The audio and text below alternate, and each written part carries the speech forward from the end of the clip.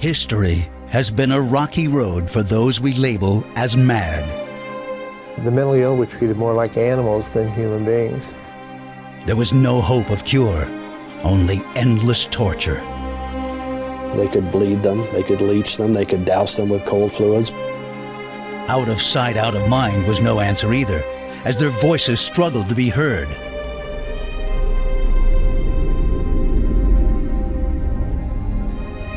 This treatment causes violent muscular reactions throughout the entire body. But a new age has dawned. Has drug therapy finally cured the problems of the fragile mind?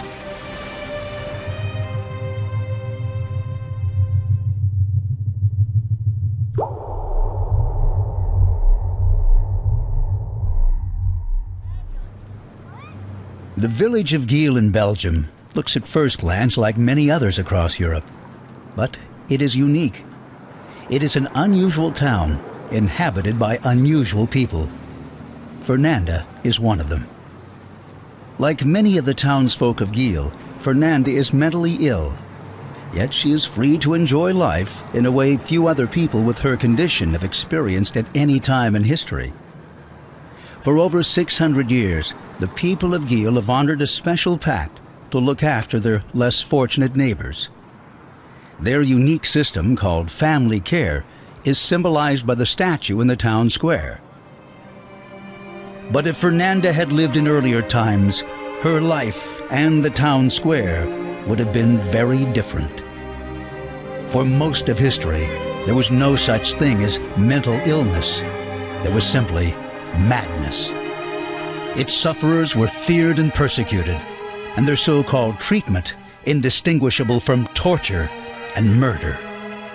Throughout history, there's been a great fear of people suffering from mental illness. Of course, for many centuries, there was a belief that those who acted in strange ways were possessed by evil spirits or by the devil, and consequently they were to be feared. I think even today there's a degree of fear in the general public of people who have been diagnosed with a psychiatric disorder, who have displayed unusual behaviors, because we don't understand mental illness. We may not understand it, but we do know where it springs from. The human brain is the most complex object yet discovered in the universe. It contains billions of cells or neurons interlinked in impossibly complex ways. Like any other organ of the body, the brain is affected by disease. It can malfunction. But a sick brain can change how we think and behave towards others. The very things that make us human. With no knowledge of the brain, our ancestors blamed external, supernatural forces for madness. Dark forces which entered the mind and drove the unfortunate victim insane. The most ancient way of getting them out was also mankind's first surgical procedure. Trepanning was performed by many cultures who believed that all a polluted mind really needed was a little fresh air. Screaming devils inside the head were released by simply boring a hole in it.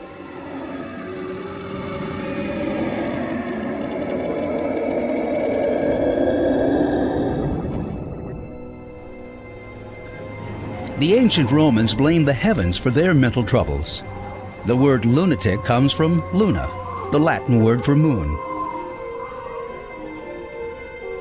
The Romans knew a lot about lunatics because there was usually one in charge. Of all the mad Roman emperors, and there were plenty, Caligula stood out. He started off fairly mildly by making his horse a senator, but it was all downhill from there. During his reign, he showed a flair for madness, cruelty, and megalomania seldom matched in history. It's now suspected schizophrenia was responsible for much of his extreme behavior, and only his godlike status protected him from the usual fate of the mentally ill.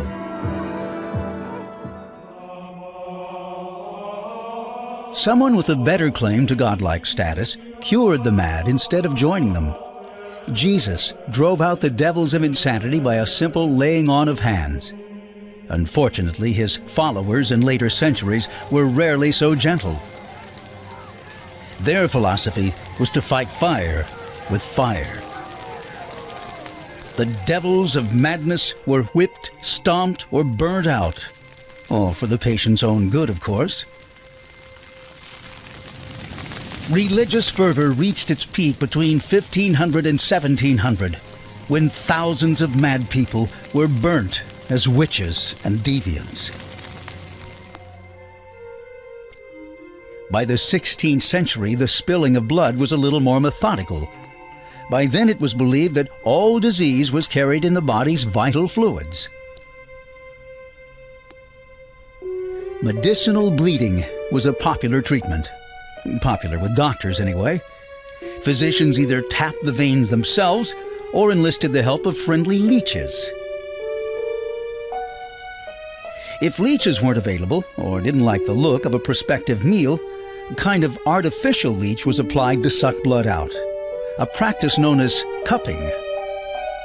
Although over 2,500 years old, cupping is still practiced in the health spas of Finland.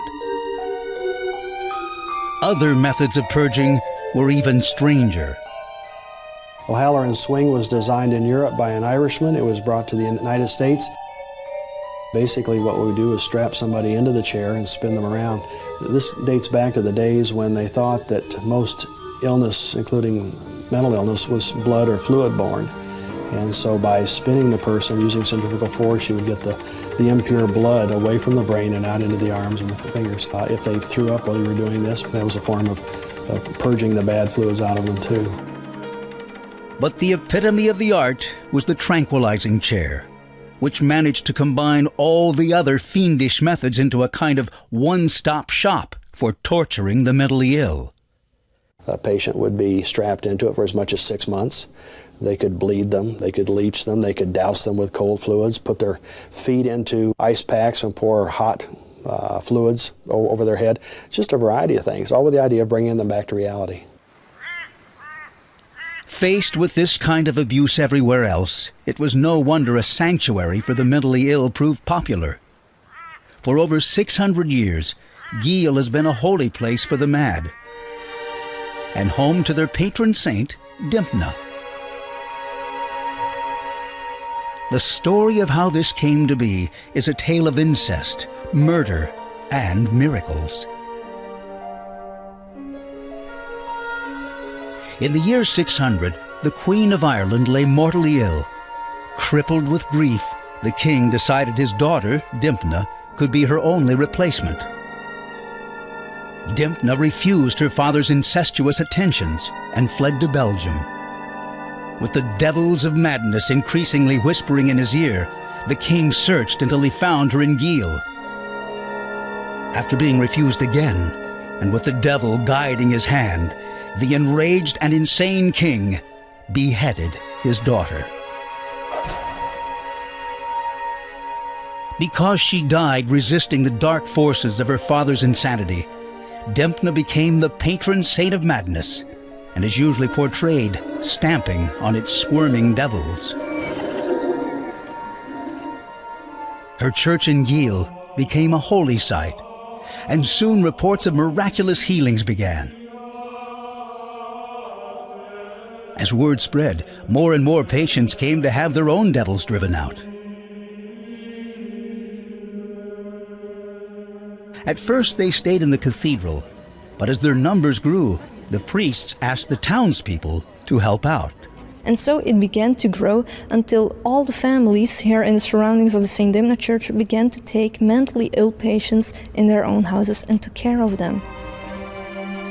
They were free to live as ordinary citizens, but for sufferers elsewhere, freedom was a far-off dream, as torture was replaced with imprisonment.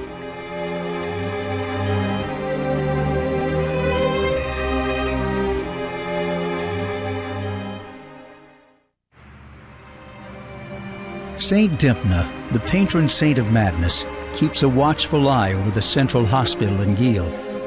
The hospital has an open-door policy, meaning that Fernanda and the other patients can come and go as they please. As well as medical help, the hospital also supplies activities to keep them busy and allow them to express themselves, an important part of their therapy.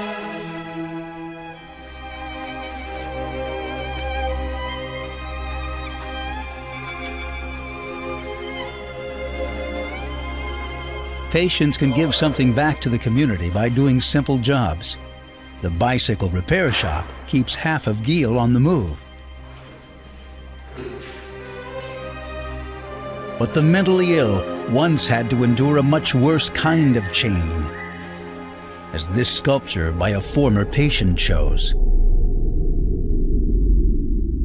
From the 17th century onward, belief in satanic possession all but disappeared in most countries. Instead of suffering torture, the mad were kept locked away from the rest of society. The name of their prison became one of the most infamous and abused words in the English language.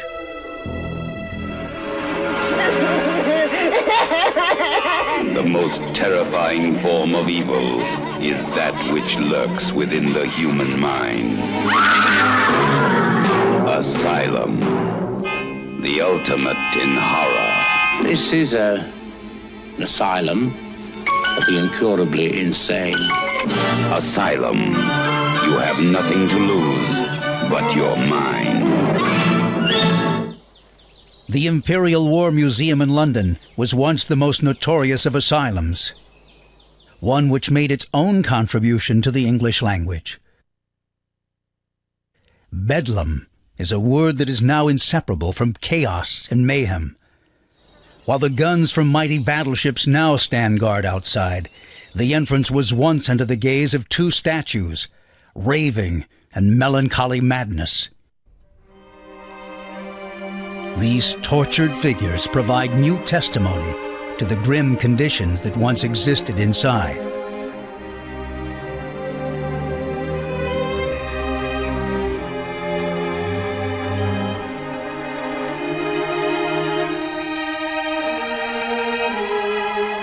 These are documented in a 1735 painting by William Hogarth called The Rake's Progress.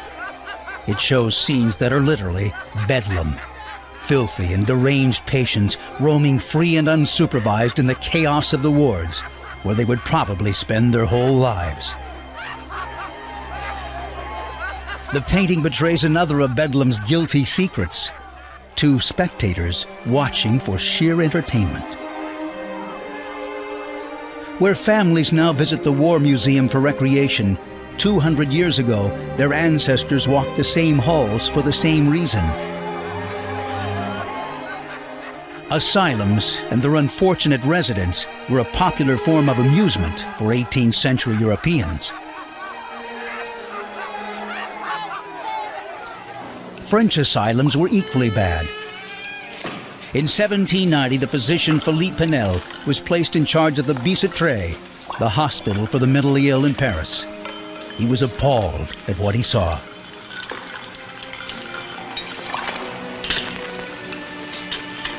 I've told you I can't remember. I can't remember. I've told you I can't remember. I can't remember. I've told To the you. horror of his colleagues, Pinel ordered the release of the patients from their chains, and in place of dungeons, they were provided with sunny rooms and access to the hospital grounds. This was a major turning point in the treatment of the mentally ill, as Pinel's philosophy of treating them with kindness instead of cruelty sparked a wave of psychiatric reform. An investigation of Bedlam in 1813 revealed, among other horrors, the fate of James William Norris. He had been kept in Bedlam's basement for somewhere between 9 and 14 years in a specially constructed iron restraint which encased his body from the neck down. Norris's treatment triggered further outrage at the conditions of asylums. and across Europe they were swiftly converted to comfortable hospitals for recovery rather than prisons. This change in thinking reached America as well, largely due to the efforts of one woman. Dorothea Dix was probably one of the leading reformers of her time. She concentrated on reforming the facilities in Massachusetts and Connecticut to the point that she finally got them cleaned out and got the cells cleaned out. People weren't chained to the walls. From the 1800s on, a new breed of mental hospital was built, and the term asylum mostly abandoned. These huge monoliths were self-sufficient cities in their own right, owning their own farms, bakeries, and even power plants. But their residents still had little hope of cure, and although the chains were gone, many patients simply swapped one set of restraints for another. In the 19th century, when psychiatry was born, people believed that mental illness had an underlying biological basis in the brain. And in fact, they were quite right about that. But science in those days was so underdeveloped, there wasn't any such thing as neuroscience, that they couldn't really establish what was the scientific brain basis for mental symptoms. And so focus returned to mysterious cosmic forces thought to influence human behavior. One such force was called animal magnetism by its discoverer, Franz Mesmer. He believed the mental state of patients could be controlled by channeling this energy through them. This was achieved by putting the patient into a trance, a method named mesmerism after its discoverer. Mesmer's theories of animal magnetism never caught on, but his trance therapy was adapted by psychiatrists and renamed hypnotism to make it more credible. Physicians such as Jean Charcot began to experiment with revealing the inner thoughts of patients under hypnosis. But it was one of his students who would really revolutionize psychiatry when he realized that patients needn't be put into a trance to recall their deepest problems. All they really needed was a comfortable couch. The student's name was Sigmund Freud. Psychoanalysis came along at the end of the 19th century and had a totally different vision of the causes of mental illness. It was thought to have nothing to do with the brain. It was believed and said to be psychogenic, to arise in the mind. And Freud's own version of it was that psychiatric illness arose as a result of anomalies in early childhood socialization, problems with toilet training, having seen the mother naked, having heard mommy and daddy making love one night. That could ruin you forever, basically, in terms of psychiatric illness. But not everyone is so cynical about Freud's theories. The idea of psychoanalysis is that there is a part of the mind that is the unconscious, that is not actually accessible to rational, everyday thought. And the unconscious is a very unruly part of the mind. It contains all sorts of repressed wishes, memories from childhood that may affect current behavior. And the way to unlock these secrets is to ask the right questions and think very carefully about the replies. You must say everything that comes into your head, even if it's unpleasant for you, or seems unimportant, or irrelevant, or even senseless. I've always been tormented by criminal impulses. What is extraordinary is many people have very strong opinions about Freud who will never have read a word of his work. And then often when people get back to his work and read it, they realise that and given that there are 23 volumes in English, there's an extraordinary amount of observation, analysis, speculation that can be plumbed in the 21st century. You unconsciously suppressed the fact that you owed the money to the girl at the post office, because it recalled conflicts that were too painful for you to remember. But while psychoanalysis was handy for the rich and neurotic, it could do nothing for the seriously ill residents of the crowded hospitals. Instead, they were in for a shock.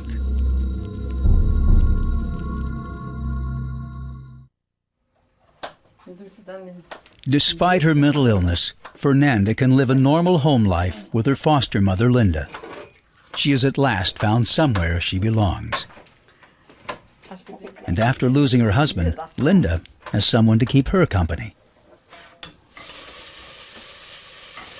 I am very happy Fernanda is living here because she's very helpful. I am very grateful for her and I respect her. I try to say each day, Fernanda, I am happy you are here. You are very important to me. And it is little things like this that make her feel better about herself. She feels part of a family. Fernanda is also helped by having responsibilities, like washing up. Indeed, water has long been used to help patients.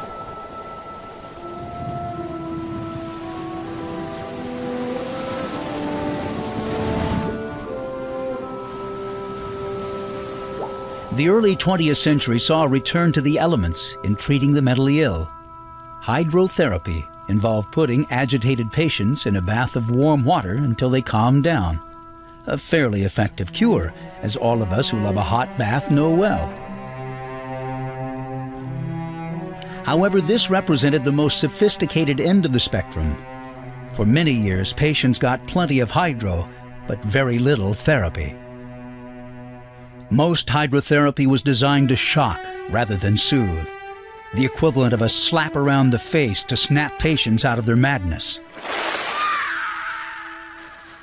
The moral and spiritual sins of insanity were washed away by the much more wholesome practice of dressing up in sailor hats and squirting each other with hoses. But doctors soon found a problem that no amount of water could fix, no matter how high pressure. The return of one of history's deadliest diseases, syphilis.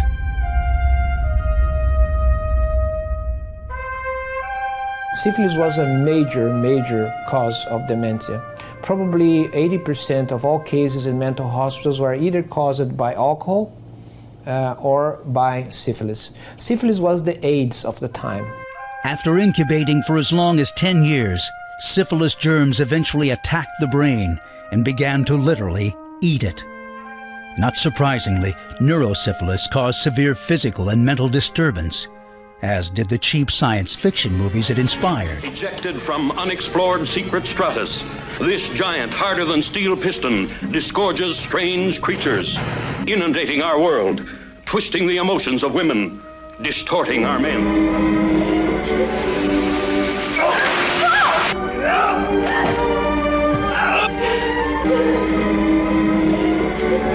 See, the brain eaters.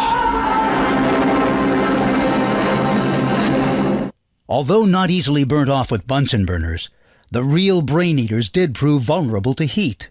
Dr. Julius Wagner von Jauregg, a Viennese neurologist, found a radical cure for neurosyphilis in 1917, ironically by pitting one of humanity's greatest enemies against another. Malaria is responsible for more deaths than any other disease, but von Jauregg found it could cure as well as kill. He found that injecting neurosyphilis patients with a mild strain of malaria caused a fever which killed the syphilis germs. The effects were dramatic.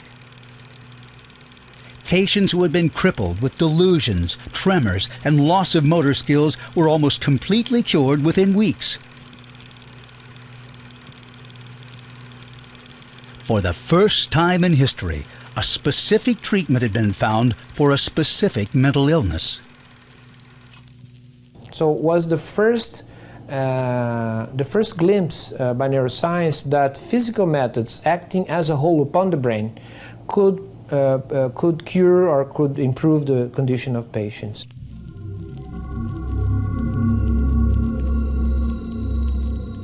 Encouraged by this success, doctors began to look for physical cures for other mental illnesses. The first targeted was schizophrenia. Physicians had long noticed that patients who suffered epileptic convulsions were very rarely schizophrenic. Based on this observation, psychiatrists leapt to a rather large conclusion. So the thought was that if the convulsions could be artificially induced, perhaps this would cure the schizophrenia. The first method attempted was injecting patients with insulin. Insulin is a hormone responsible for maintaining glucose levels in the blood, and an overdose of it caused a shortage of glucose to the brain cells. Convulsions and a deep coma soon followed. But it also seemed to shock some patients into recovery. It did not do much to cure the schizophrenia, but they found through experience that those patients who had been suffering from depression suddenly were on top of the world. They were feeling better.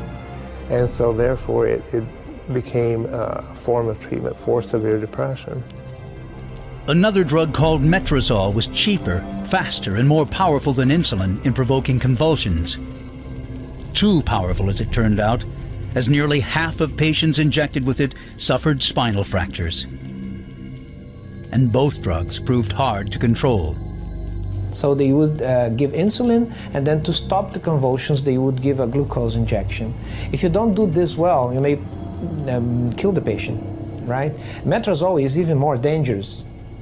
So physicians needed a cleaner way of provoking convulsions, more controllable way. After already using fire and water to treat the mentally ill, physicians turned to another primal force, electricity. Ancient Roman physicians had first harnessed its power by placing electric rays on the heads of the mad. They called the numbness caused by their shocks narcos, or sleep, which is where we get the term narcotics. In the 18th and 19th centuries, scientists tried to control electricity and magnetism by artificial means, often with alarming results. Mild shocks were applied to muscles and nerves. But they still didn't put a smile on the face of patients. In 1937, 2 Italian doctors were inspired by watching animals being stunned at the local slaughterhouse. Ironic, considering what was to follow. They developed a method of applying strong shocks across the skulls of humans, a process that would become infamously known as electroconvulsive therapy. This was by far the best method of provoking shock therapy, and was widely used, and insulin and metrazole were abandoned. ECT was adopted around the globe and swiftly became standard treatment for many severe illnesses, especially severe depression.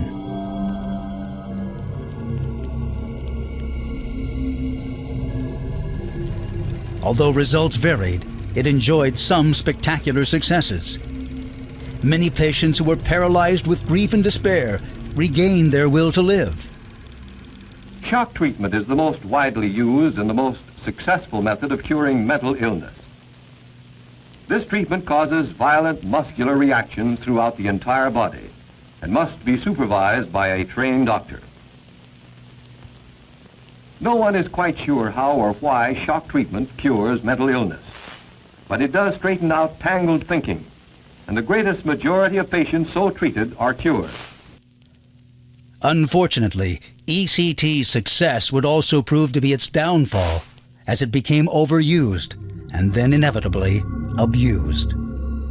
When I was assisting with electroconvulsive therapy, the average length of treatment might be 5 to 10 experiences, and there were patients there that had 300, 400, 500 treatments without stopping. And as a result, their senses were dulled, their brains were just fried, from the extensive use of ECT. It was even used as a means of punishment. If a patient left the hospital on unauthorized absence or misbehaved in some way and displeased the physicians, they could be transferred to electroconvulsive therapy. Although there was no pain associated with the treatment, it was really something terrible for the patients to anticipate, and there was a lot of fear associated with it. But this fear was nothing compared to the outright terror another radical treatment would bring: the ice pick lobotomy. As the people of Geel go about their daily lives, it's impossible to tell who among them is mentally ill and who isn't. And to them, it doesn't matter. Unfortunately, most people have always judged by appearances.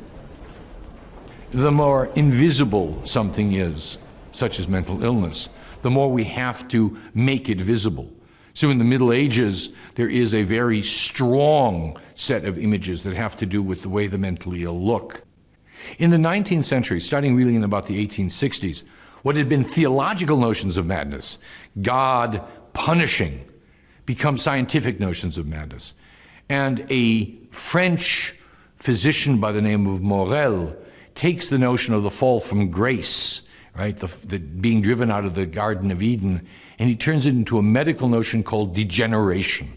The madman is degenerate, and he bears upon his or her face the signs of their degeneracy. They're throwbacks to earlier stages of human development. They look primitive.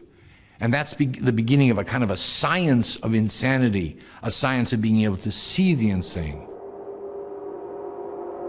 By the end of the 19th century, there are atlases, literally atlases, like atlases of maps. We have atlases of pictures of the mad, which enable us to take and look at that picture and look at the patient and say, that person has depression, that person has melancholia, because that person looks like a depressive.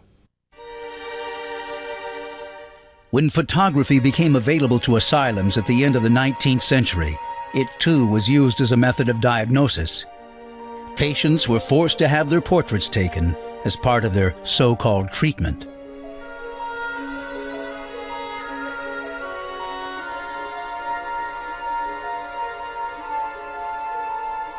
But sight wasn't the only sense used to diagnose the mentally ill. An even stranger method involved touch. Phrenology is a pseudoscientific idea that you can tell a person's personality by the bumps on your head. It was invented by Franz Joseph Gall, a Viennese physician, in 1798. It was a sensation. The church banned it, which added to its popularity. The great advantage of it was that people used to think crazy people had the devil in them, and they would beat the devil out of crazy people. Dr. Gall said, no, it's because their head is misshapen. Due largely to a lack of competition, Gall's theories became wildly popular, and he lectured to huge crowds across Europe. Phrenology soon spread to America and claimed some famous successes. Thomas Edison was in a grocery store until a phrenologist came by and said, you're in the wrong business. You should be doing something mechanical. And as the story goes, whether it's anecdotal or not, he then became a mechanic for that reason. But a lot of people thought of phrenology in the 1800s and early part of the 1900s as being a really true science, an interesting, a great way of discovering about your personality. Everybody wanted to know, what am I really like? As technology progressed, measuring skull bumps by hand became obsolete, and phrenology was automated. In 1925, a fellow in Superior, Wisconsin, began making a machine to measure the shape of a person's head, and he called it the psychograph. We're going to put this down on your head and print out a paper tape rating your personality 1 through 5, 1 being deficient, 5 being superior. Here we go now.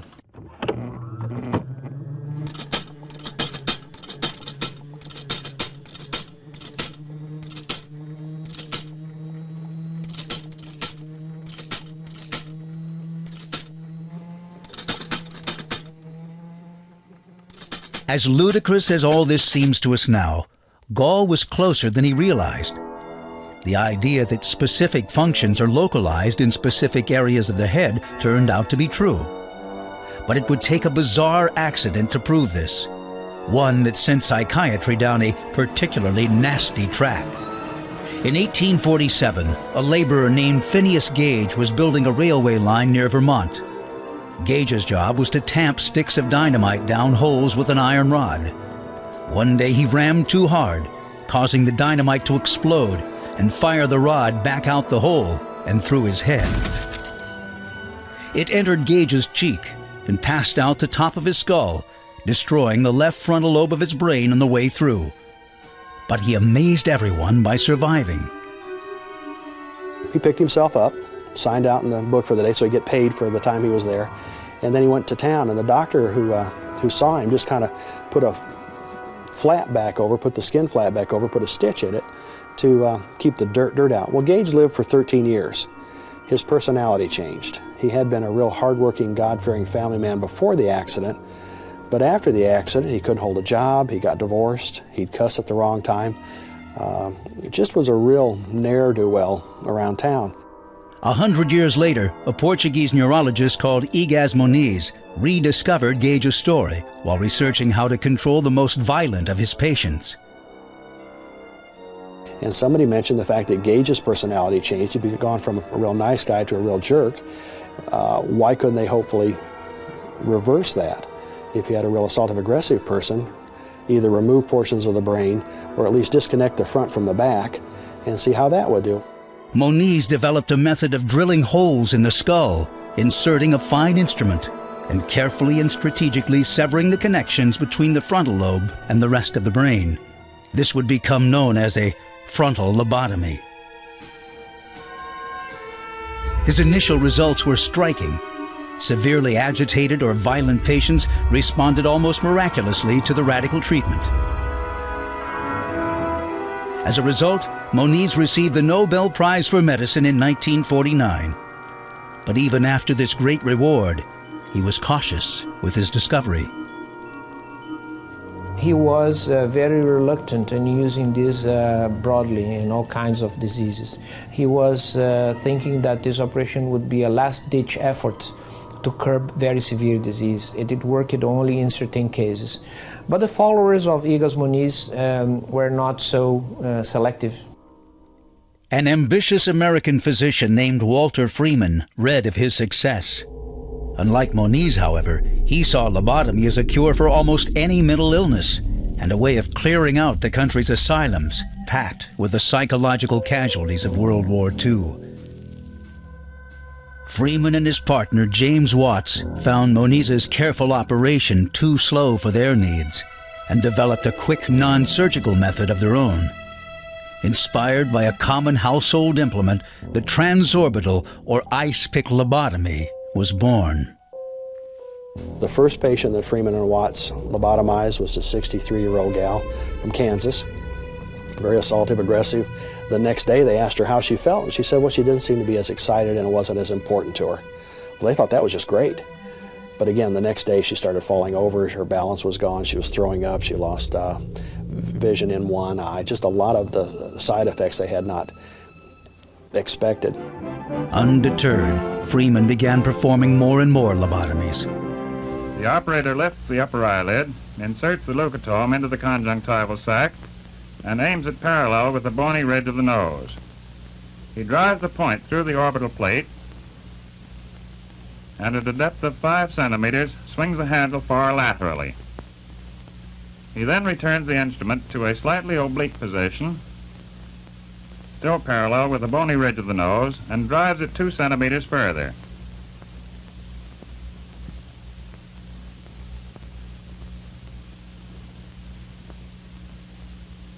Steadying the patient's head, he then moves the handle of the instrument about 20 degrees medially and 30 degrees laterally.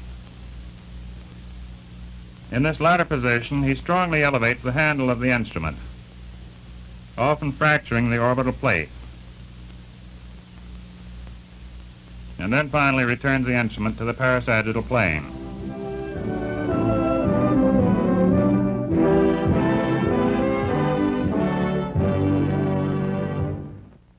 By 1951, Freeman was a celebrity, and nearly 20,000 lobotomies had been performed.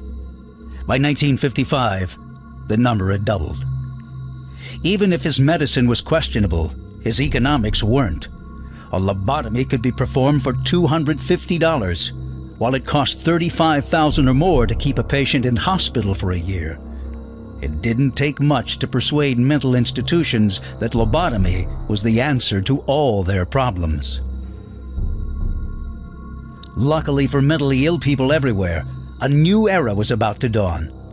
A revolutionary discovery in 1952 would usher in the golden age of drug therapy. By the early 1950s, psychiatric care had reached another dead end. Lobotomy was disgraced, shock therapy only helpful in some cases, and the hospitals were once again crowded with patients with no hope of cure. For a lot of the patients, it was the last stop. There were patients that were admitted to the hospital that had no hope of leaving the hospital. But drug researchers were about to come to the rescue.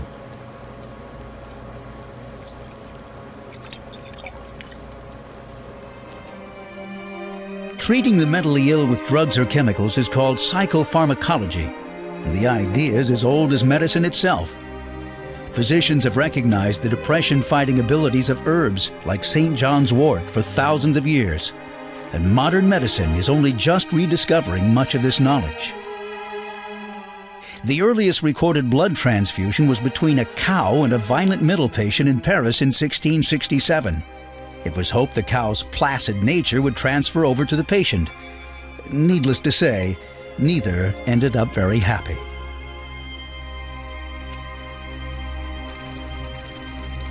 In the 19th century, advances in chemistry rekindled interest in using pills and potions to change the personality. The classic tale of Dr. Jekyll and Mr. Hyde showed the transformation happening the wrong way. But physicians hoped it could work for the good of patients and deal mental illness a knockout blow. They would have to wait until 1952 for the first punch to be thrown. A drug designed to fight nausea after anesthesia was found to have amazing effects on acute psychotic illness. Its name was Thorazine. And this was such a revelation to psychiatry as a whole that you could take these patients who had been hospitalized, some of them for decades, in the back wards of mental hospitals, often under unbelievable conditions, and give them basically a pill that would make them virtually well again. Hope spread through the besieged doctors and patients in mental hospitals. Its striking results made Thorazine highly profitable.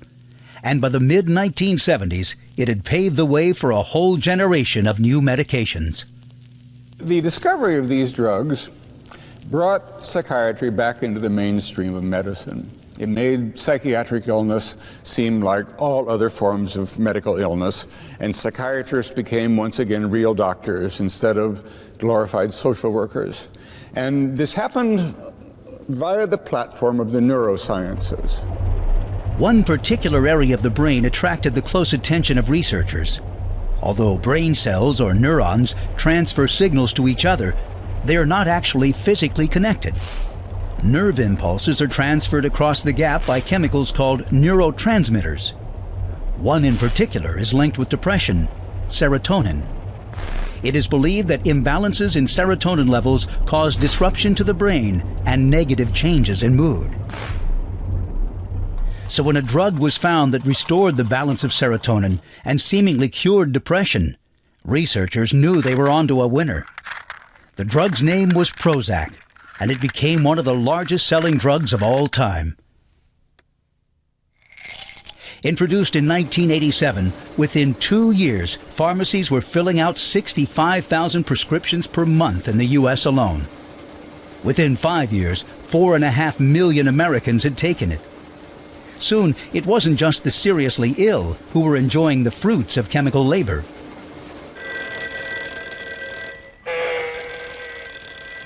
Antidepressants and tranquilizers quickly became attractive to people who weren't actually sick. They were just unhappy and stressed out. This became known as cosmetic psychopharmacology. In cases of difficult tension and nervous apprehension, doctors are now prescribing medicine. It makes those who fear they're about to quit feel like they're ready to begin, bidding their darkened spirits goodbye for the calming peace of a cloudless sky. There'll be fewer breakdowns and insomniacs when more of us have learned to be relaxed. This is perhaps the greatest irony in medical history.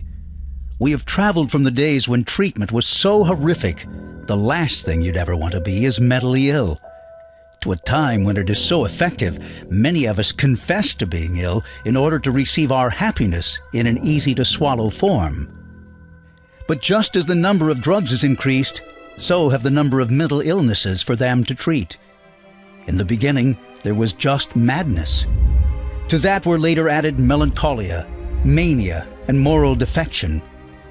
In 1930, German psychologist Emil Kraepelin coined the terms schizophrenia and manic depression. And since then, they have been joined by hundreds of other descriptions of our deepest fears and problems.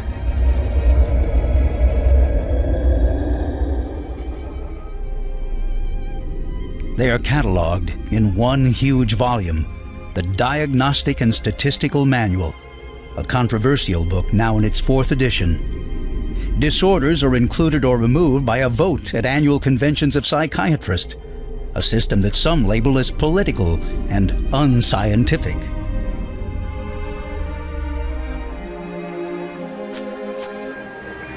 At least one controversy has gone away. Psychosurgery has progressed far beyond the horror days of lobotomy. Doctors can now locate tiny tumors and lesions in the brain using advanced scanning techniques and destroy them without opening the skull or even touching a hair on the patient's head. Radiosurgery uses a so-called gamma knife to project a thin, powerful beam of radiation into a single focus within the brain with pinpoint accuracy. But even with all this technology available, some people still prefer the old-fashioned ways. I had read in medieval times they did a lot of trepanations to release evil spirits, that they would put a hole in the head that would release the evil spirits. Basically, these people had epilepsy or manic depressives or schizophrenics or so forth. And I thought there must be something more to this. And I suffer from depression, and not nearly as severe as it was before I was trepaned. But I suffered from depression. I thought, what do I have to lose here? I'm 56 years old. I've gone through this depression for years and years and years, and what do I have to lose? Let's try this and see what works. They gave you a mild sedative before the surgery, which put me to sleep because I really wanted to stay awake. I wanted to hear that drill.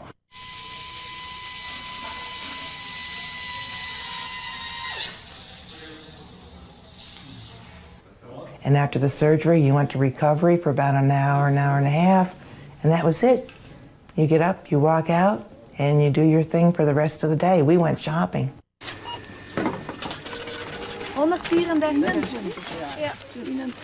Safe and healed, Fernanda is lucky to live in an enlightened and tolerant society whose lessons are just starting to be learnt by the rest of us.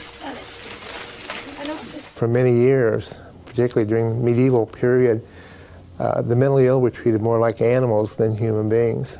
And I think one of the greatest changes that I have seen during my career with the Department of Mental Health was the change in attitude toward the patients, realizing again they are human beings and they need to be treated with respect and dignity. People like Yale District Nurse Mark Hendricks have known this for a long time, and with his help, Fernanda will continue to prosper. When I talk to Fernanda and ask her what's the difference between an institution and being in family care, she always said, I can go where I want. She feels she's someone. I am a person, I'm doing very well. I can't live on my own because I have some troubles, but I'm free.